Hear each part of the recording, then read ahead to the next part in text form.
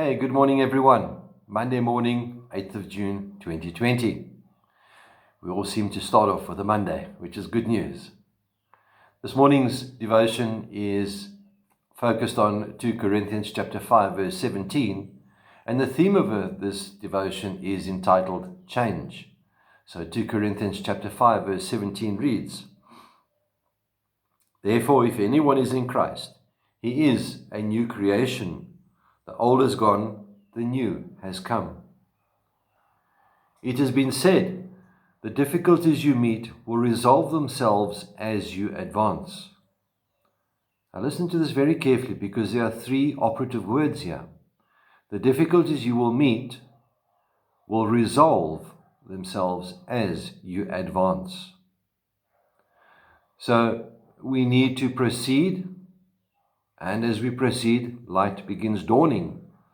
And as the light comes, so it shines with increasing clearness on your path. Change is something that we don't like.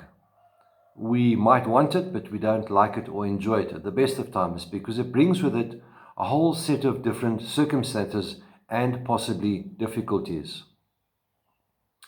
The problem is that with many of us, as we experience difficulties or adversity, that instead of moving forward, we stop and we freeze, much like seeing a snake cross your path.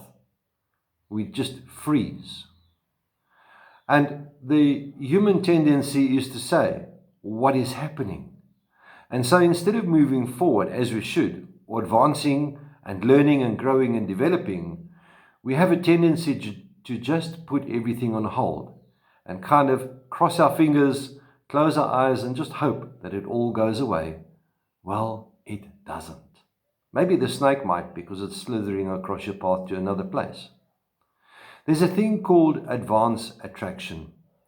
And advance attraction basically says this: when you really know who you are and you know what you want, if you proceed, if you advance, if you move, then people, resources, and opportunities will begin to flow to you. But they only flow to the person who moves. They don't flow to the person who waits, stops, and holds on. You have to advance. Much like when we come to Christ, we are changed. We are a new creation. And a thought comes to mind is of a butterfly. We all love butterflies. But have you ever considered the change and the difficulties that this butterfly must undergo before it becomes that beautiful butterfly that we so adore?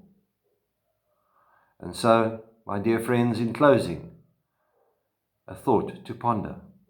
Without change, there would be no butterflies. So we need to make that change to become the butterfly. May the Lord bless you. May He keep you. May He cause His face to shine upon you and be with you always. Amen.